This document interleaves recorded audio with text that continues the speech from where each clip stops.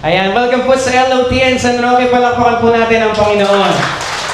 Hallelujah. Welcome po dito sa ating church. And of course, people of God, tayo po ay nasa isang non-sectarian church. At welcome po lahat ng mga taong nagsisik ng presensya ng Panginoon. Ano man pong pinanggalingang reliyon o ano man pong kinabibilangan, ay welcome na welcome po kayo dito. LOTN San Roque Church is a worshiping, praying, God-seeking, and soul-winning church. At ibinabahagi lamang po sa lugar po na ito, lahat po ng mga nagsasalita at nagpipreach at nagbibigay po ng mga salita sa harapan ay nanggagaling lamang po sa mabuting balita sa kasulatan, sa banal na kasulatan. Hallelujah. At welcome na welcome po kayo dito sa ating LOTN Church sa San Roque. Ayan. So today po, ang ating magiging topic at pag-uusapan ay isang issue or topic na madalas hindi po natin pinag-uusapan because of some reasons. Maaring ito po ay kumbaga tabu ang ating isipan sa issue po na ito. Iniiwas-iwasan po natin siya. Okay, today, we will talk about something na lahat po tayo ay haharap at magdaranas po. Something that no amount of money, walang halaga ng pera o edukasyon, o kaya naman ay lakas or katagumpayan ang makakaligtas. At ito po ay ang kamatayan. Taas ang kamay ng mga may takot sa kamatayan. Wala. Okay. Most people po, no, lahat po tayo, actually, marami sa atin ay hindi po natin gusto yung issue na to or ayaw natin siyang pinag-uusapan. Minsan nga po, we pretend. Kumbaga, nagkukulwari po tayo na, ay, hindi siya mangyayari. Parang intrinsically, sa loob-loob ng isip natin, ayaw natin siyang pinag-uusapan kasi parang ayaw nating tanggapin na siya ay magaganap. Yung minsan nga po, joke natin siya, or kumbaga, we tend to give it as a joke, no? Parang pinapatay mali siya po natin. But deep inside, sa loob-loob na ating mga puso't isipan, many people, not just simply isa or almost everybody, carry a quiet fear. Tama? Fear is takot. Takot sa unknown. Takot po na mawalan ng mahal sa buhay. Takot sa sakit. Yung makaranas ka ng sakit or pain. O kaya naman, takot kung ano ang magaganap after it happened. Diba? Kaya po natin ayaw pinag-uusapan ng salitang death. But, praise God, hindi po niya tayo iniwan ng walang sagot sa issue ng kamatayan. Maging ang aspetong pong ito ay binigyan ng Diyos ng kasagutan.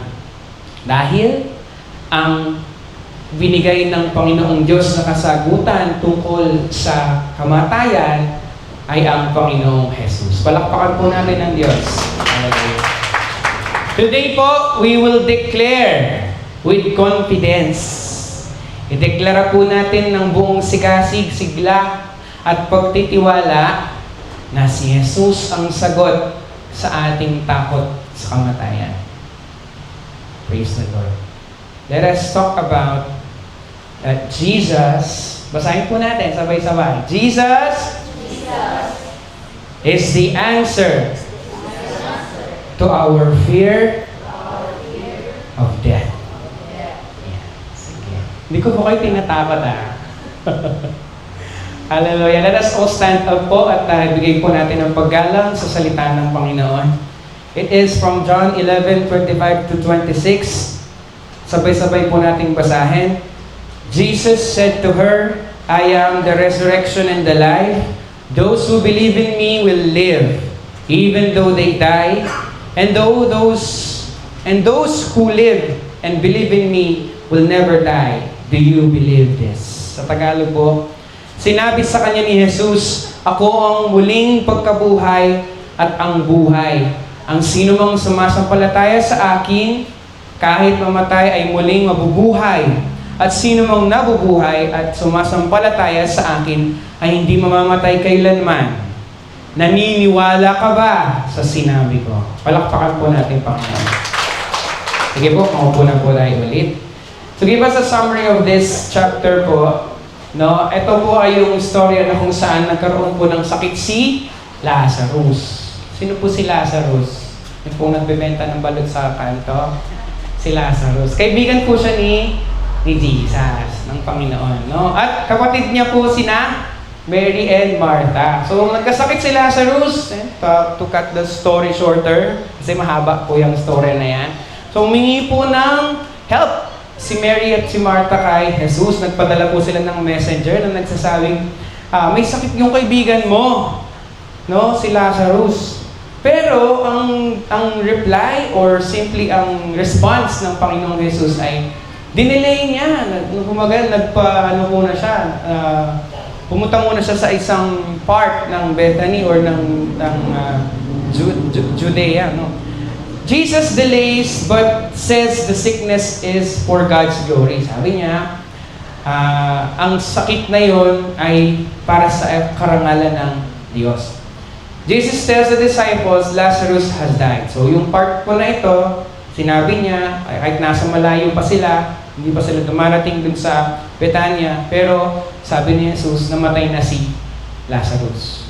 Then, dumating po si Jesus, sa tomb, or dun sa puntod ni Lazarus after 4 days. 4 na araw pa lang po bago siya dumating.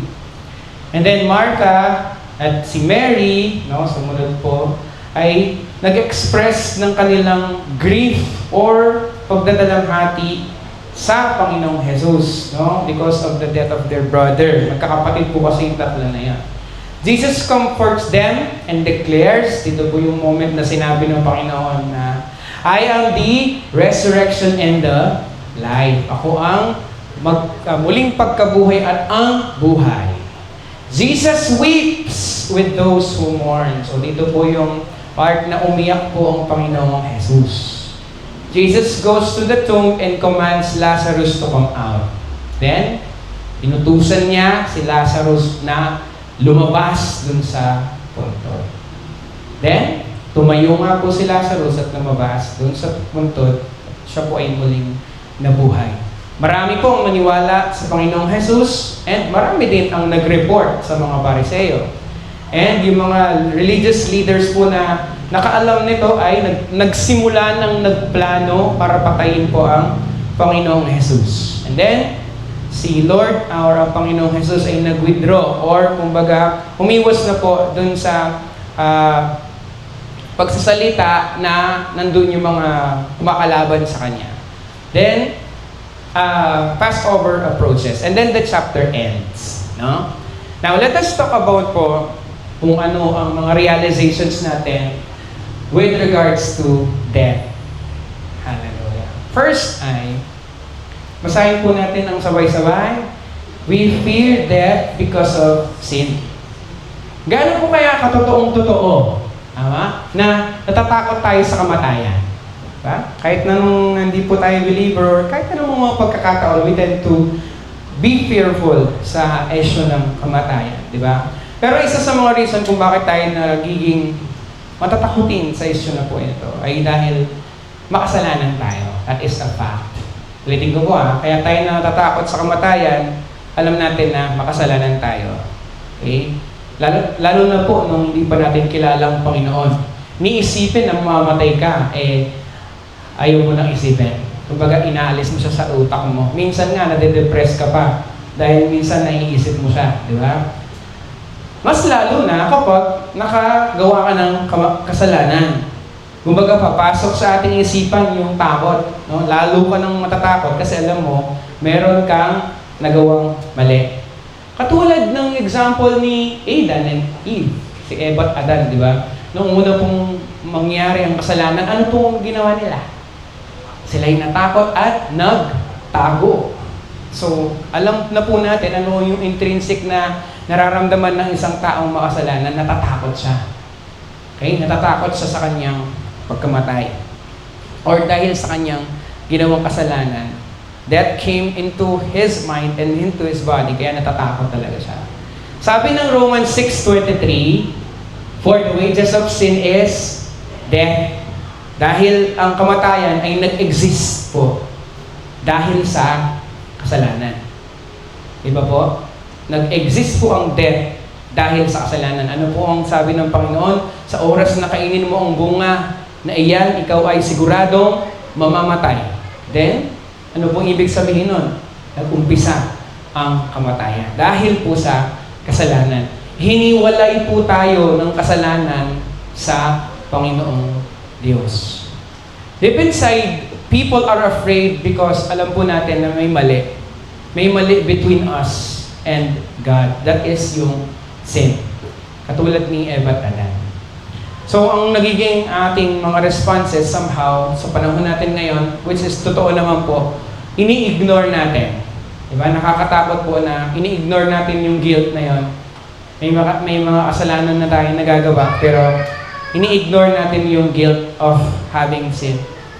Yung ibang tao naman po, or ibang mga pagkakataon sa buhay natin, we distract ourselves.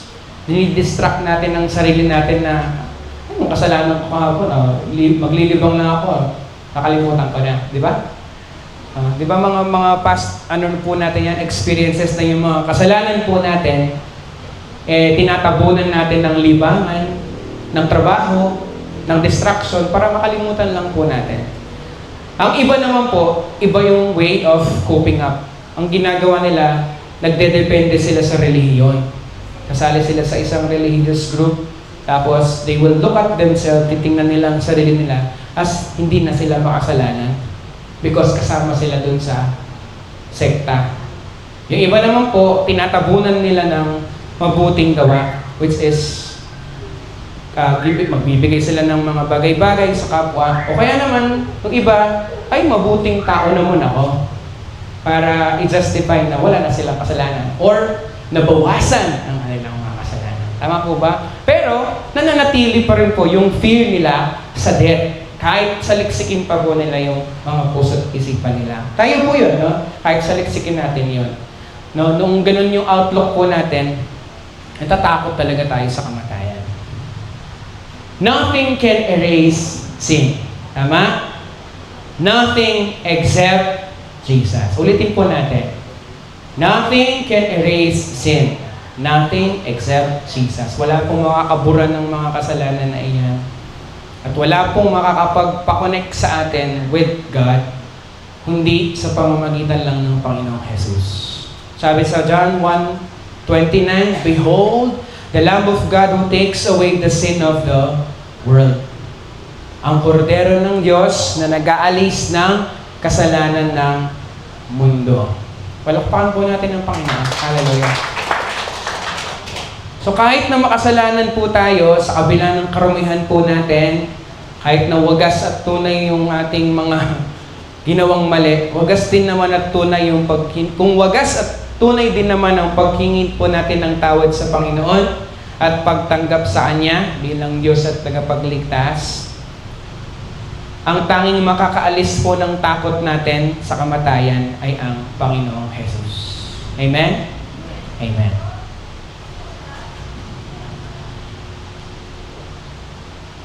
Number 2 is, we fear death because we don't know what comes after. Tama po ba?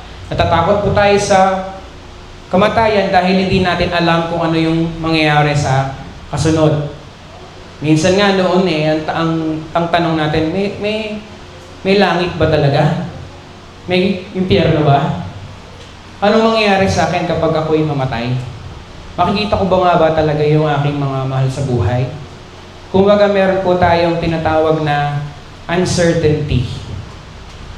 Pero, yan, sabi nga po, uncertainty brings fear. Yung thought po or isipan, pag-iisip ng walang kasiguraduhan ng kinabukasan, nagbibigay po yun ng takot sa atin. But, dahil dumating ang Panginoong Jesus, yung uncertainty na yan ay natanggal. Jesus came to remove that uncertainty. Yung kawalan po natin ng kasiguraduhan ay nawala dahil sa Panginoong Jesus. Sabi po niya dun sa verse kanina, those who believe in me will live. Lahat ng mga naniwala sa akin ay mabubuhay. Kahit sila ay mamatay, no? Mabubuhay sila na kahit na sila ay mamatay. And those who live and believe in me, lahat ng naniniwala at nabubuhay, no? Na naniniwala sa Panginoong Jesus ay hindi mamamatay. Hallelujah. Pakalapakan naman natin ang Panginoon. Praise the Lord. Hallelujah. Number 3 is we fear death because we fear losing each other. Tama? Natatakot tayo sa thought ng kamatayan dahil ayaw nating pag-usapan yung thought na mawawalan tayo ng mahal sa buhay, mawawala yung mga mahal natin. Diba? Diba pagka iisip natin yan, yung thought of death, ay di natin ma-imagine na yung mga kasama natin sa buhay, mga magulang natin, parent, spouse, anak, mga malalapit na kaibigan, mga grandparents, and many more. Natatakot tayong pag-usapan yan dahil alam natin, hindi tayo sigurado dun sa kung anong mangyayari after. Hindi na natin sila makikita. Yan ang isa sa mga reasons kung bakit tayo nag-iisip ng takot or nakakaramdam ng takot sa kamatayan. Losing someone feels like a losing part of ourselves, di ba? Parang mawawalan tayo ng isang malaking parte ng buhay natin. So, hindi natin ma-describe kung paano kasakit yon, kaya natatakot tayo sa issue ng kamatayan. Diba nga po, nung namatay si Lazarus, even Jesus cried. Diba? Namatay siya. Dahil totoo po yung sakit, totoo yung grief. Grief is real at hindi po siya biro. Tama? At hindi po tayo talagang masasaktan kung hindi po tayo nagmahal. Pero pinakita po yun ng Panginoon na totoo ang grief kasi totoo po ang pagmamahal. Malalim ang pagmamahal. Number 4 is we fear death because of our fear of feeling pain. Minsan naman po, natatakot tayo sa kamatayan dahil masakit. As in yung level of pain, masakit. No? Natatakot po tayo or nag-worry sa suffering, kung paano yung paghihirap, paano yung sakit. No? O kaya naman, iniisip natin na ano yung mararamdaman natin kapag nakikita natin yung mahal na buhay natin na nasasaktan. Kaya tayo natatakot sa issue ng fear. Pero natural po yon. Fear is natural. Pero ang Panginoong Jesus po ay binibigyan tayo ng comfort, ng peace, at ang pinakamahalaga pong binibigay ng Panginoong Jesus ay ang promise. Pangako po na He is with us. Kahit na sa anumang mga pagkakataon na nararamdaman natin ang sakit na yan. Either it is grief or physical na sakit. Number 5, realization about death is death will come. It is certain. Ito yung number 1 na inaalis po natin sa isip natin. At hindi natin dapat kalimutan. Or minsan, kinakalimutan po natin. Minsan nga po, parang Superman yung turing natin sa sarili natin na immortal. Pero nakakalimutan natin na we are mortals. No?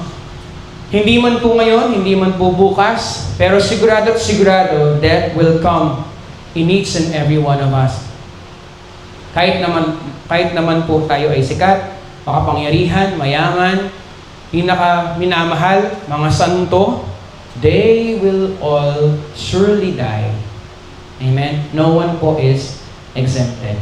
Now, the challenge is how we should view death as a Christian. Taas po ng kamay ng naniniwala na Christian siya. Konti. Taas po natin ng kamay ng lahat ng mga Christian. Naniniwala sa Panginoon, taas ang kamay. Hallelujah. So we tend to look at ourselves and call ourselves as Christian. No? Tayo ay follower at disciple ni Jesus. So ito po ang mga encouragements at dapat nating tingnan or paraan ng pagtingin sa kamatayan. Jesus came to set us free from the fear of death. Dumating po ang Panginoong Jesus para palayain po tayo sa takot sa kamatayan. Palakpakan naman natin ang Panginoong Jesus. Hallelujah. Grabe, no, minsan nakakalimutan or di natin napapansin to, pero dumating siya para alisin yung takot natin sa kamatayan. Sabi po sa Hebrews 2:14 to 15, since the children, as He calls them, are people of flesh, yung mga laman and blood, Jesus Himself became like them. Naging tao rin po ang Panginoong Jesus and shared their human nature. He did this so that through His death, sa pamamagitan na niyang kayang kamatayan, He might destroy the devil, upang wasakin ang instrumento, ang diablo mismo, no?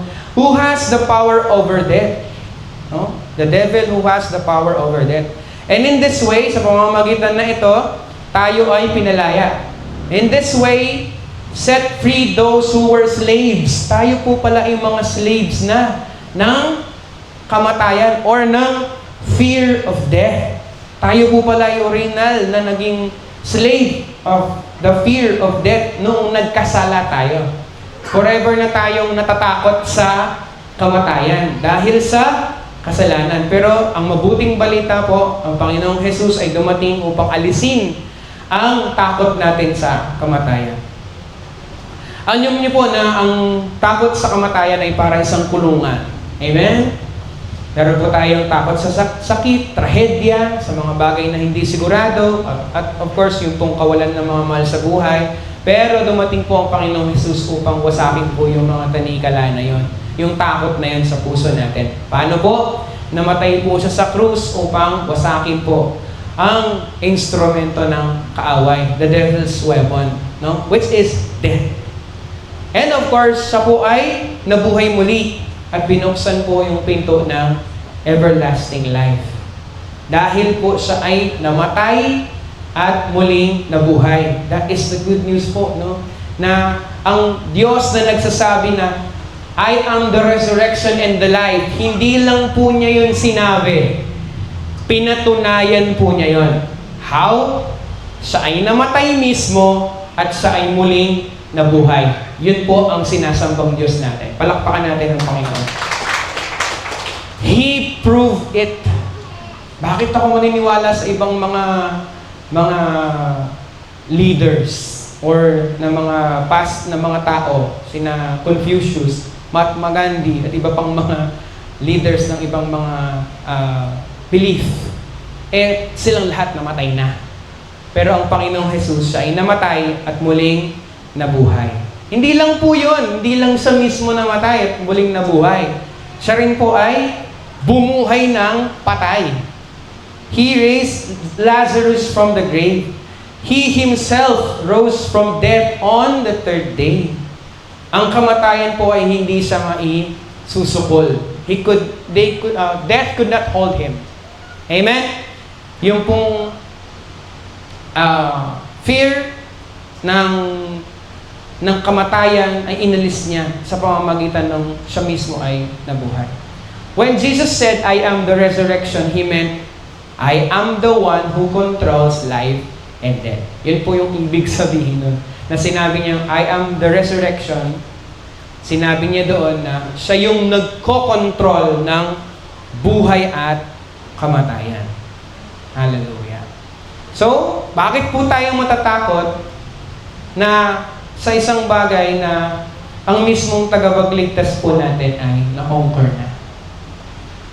Why will be afraid sa death if our Lord and Savior conquered death Himself? Palakpakan natin ang Panginoon.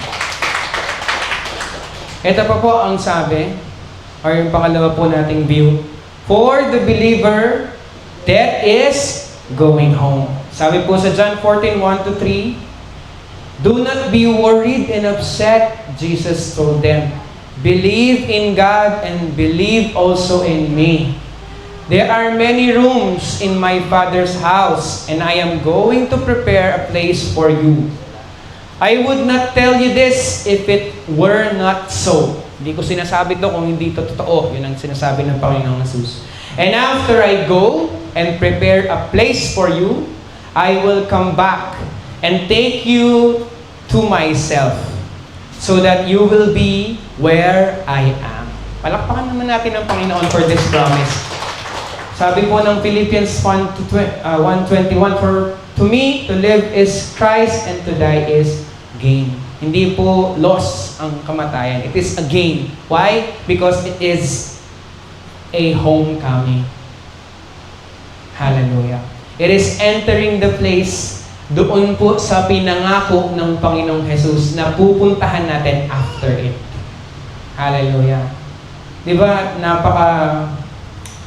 wondrous isipin. Ano kaya ang view ng Panginoong Diyos kapag tayo ay mamamatay na? Di ba kapag namatay tayo, ibig sabihin nun, makakasama niya na tayo. Sa aking view lang po ito, na-wonder ko lang, are you excited, Lord, na kapag ako'y tumanggap sa'yo at mamatay na ako, excited ka na makasama mo na ako? So, di ba, tayo rin, nawa, maging ganun po ang for outlook. Sa John 14:1-3, I go to prepare a place for you. Meron pala tayong lugar na hinahandaan ng Panginoong Jesus.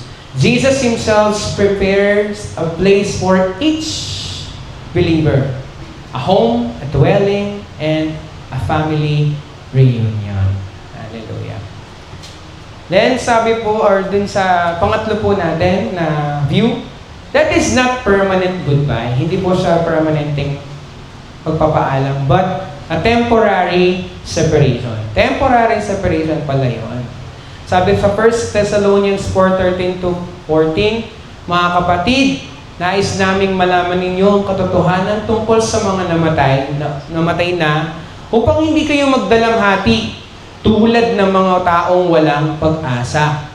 Dahil naniniwala tayong si Jesus ay namatay at muling nabuhay, naniniwala din tayong bubuhayin ng Diyos upang isama kay Jesus ang lahat ng mga namatay na sumasampalataya sa Kanya. Palakpakan ng Panginoon. Hallelujah. This is where many hearts break po. Tama? No?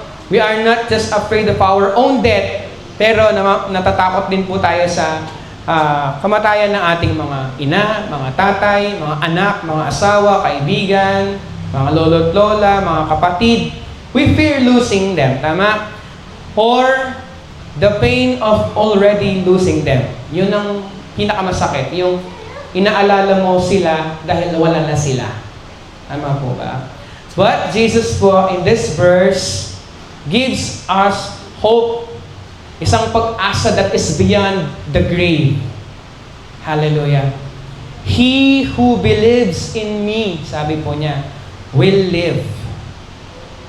Meaning, ang mga mahal po natin sa buhay na wala na tumanggap sa Panginoong Jesus are alive with Him. Buhay po sila, nakasama siya. They are not lost. They are not gone. They are not finished because they are alive in Christ. And we will see them again. Amen? Confirm po yan sa verse po na ito. We do not grieve like those who have no hope. Meron na po tayong pag-asa. Hallelujah. For God will bring with Jesus those who have fallen asleep in Him. Our goodbye, yung bating mga pagpapaalam ay hindi po sa walang hanggan. Amen? Hallelujah. It is temporary. It is a pause. Para po siyang see you again. Hallelujah. Sa buhay po natin na inilaan po sa Panginoong Jesus, ang heaven po ay isang reunion. So, thinking about that, it is an invitation po para sa ating lahat na ngayon pa lamang po, desisyonan na natin na sumampalataya po sa Panginoong Jesus. Amen? Ngayon pa lang, desisyonan na natin. Kung ayaw nating matakot sa kamatayan, desisyonan mo na sumampalataya sa Panginoong Jesus. Na ipakilala ang Panginoong Jesus sa ating mga mahal sa buhay. Di ba po?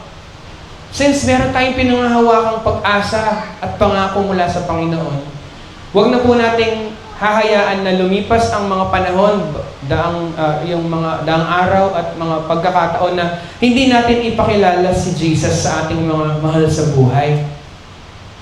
Nang sa gayon po, dumating man tayo sa oras na magkakahiwalay na po tayo, kahit anumang pagkakataon yan, kung tayo ay mawawala o mga mahal sa buhay natin na mawawala, may bibit-bitin po tayong pag-asa.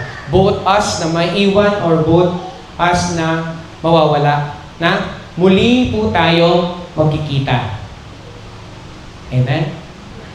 At buong buo po yun, ang pagtitiwala po natin sa pangako na yon. Dahil Panginoong Jesus mismo ang nagsabi nun. Hallelujah. Palakpakan natin ang Panginoon. Hihingin ko po yung quote ni Ate Ces. No? Dapat pala, inano ko muna to. Ayan, tinanggal ko muna siya. Tayo po yung magkakasama, sabay-sabay, hanggang langit. Yan, about po yun sa separation dito sa mundo, yung kinuwento po niya yan. Pero, kahapon po, parang gusto ko siyang isingit. Sabi ko, ang pagsasama po natin, hindi lang po dito. Someday, somehow, tayo po yung magkakasama hanggang sa langit. Ang sarap po ng isipin. Palakpakan natin ang Panginoon.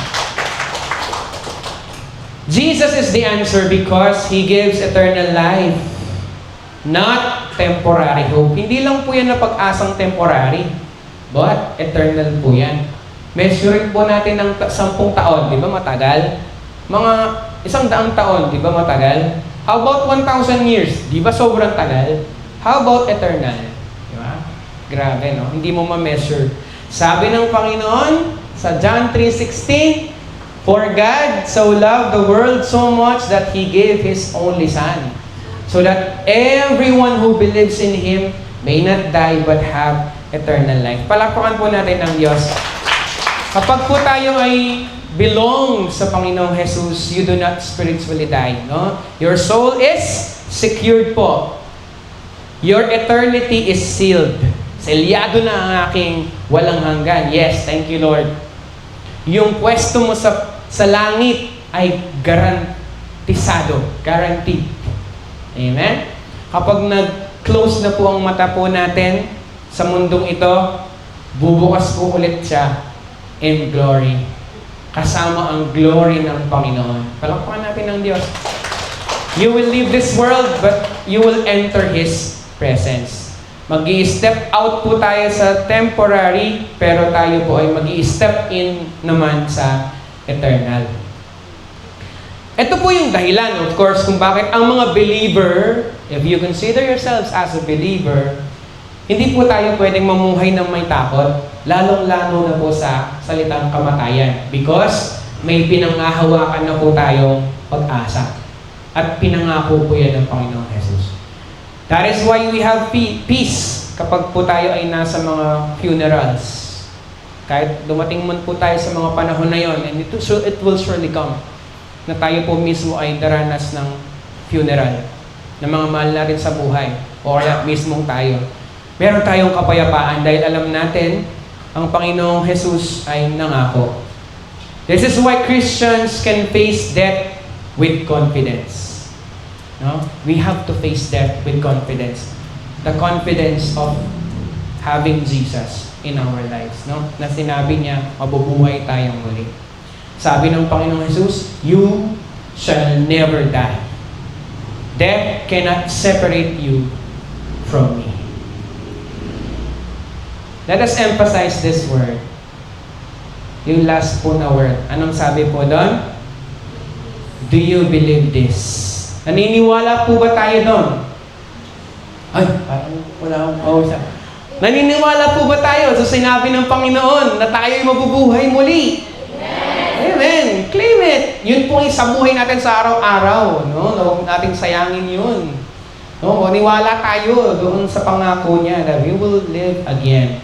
So that hindi po tayo mamuhay ng isang buhay na walang kapag-apag-asa. No?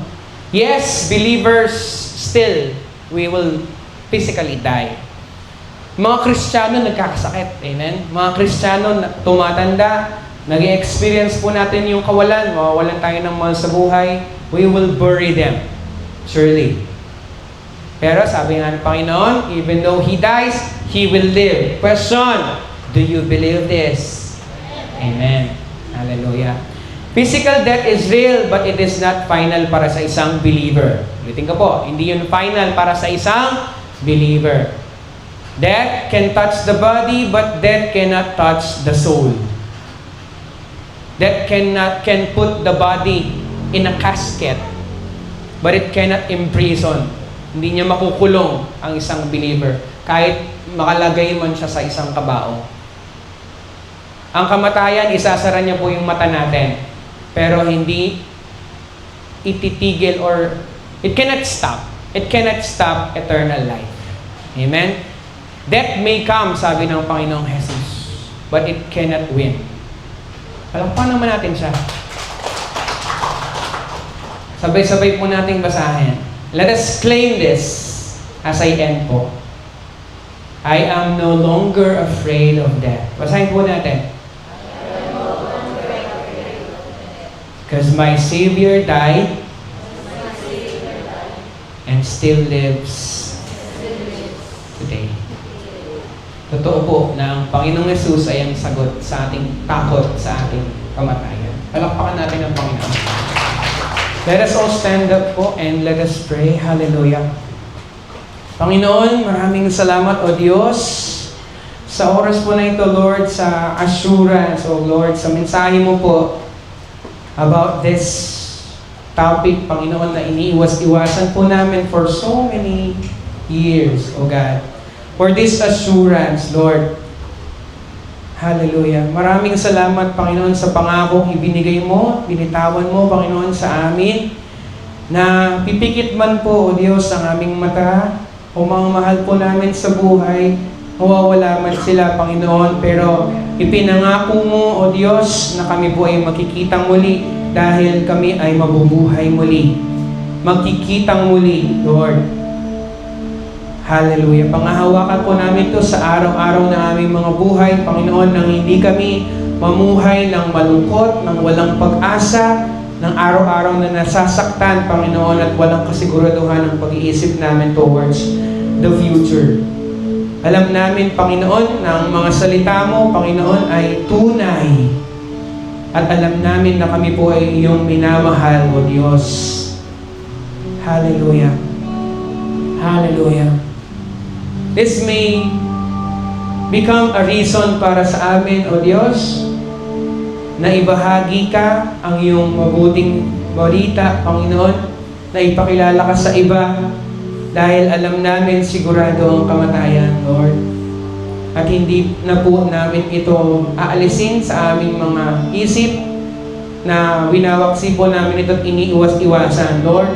May this be an encouragement to us, O God, na dapat namin ipakilala ang iyong bugtong na anak, Panginoon, sa iba. Sa ibang mga tao, Lord, nang darating ang panahon, magkakasama kami sa iyong paanan, O Diyos. Maraming salamat, Panginoon, sa kabutihan mo sa araw po na ito, O Diyos. Nawa ang aking mga kapatid, Panginoon, ay may binago ka sa kanilang isipan at pananaw, Panginoon, at may in love pa po at magseryoso sa buhay na patungo sa iyo. Napurihan nawa, Panginoon, ang iyong pangalan sa lahat po ng oras na lumipas, Panginoon. Maraming salamat sa paggamit mo po sa akin sa oras po na ito. At patuloy ko pong ibinibigay, itinataas ang mataas na papuri parangal sa iyong ngalan lamang sa Panginoon Jesus, sa pamamagitan ng iyong bugtong na anak, at sa pakikipisan ng iyong banal na Espiritu. We pray in Jesus' name. Amen.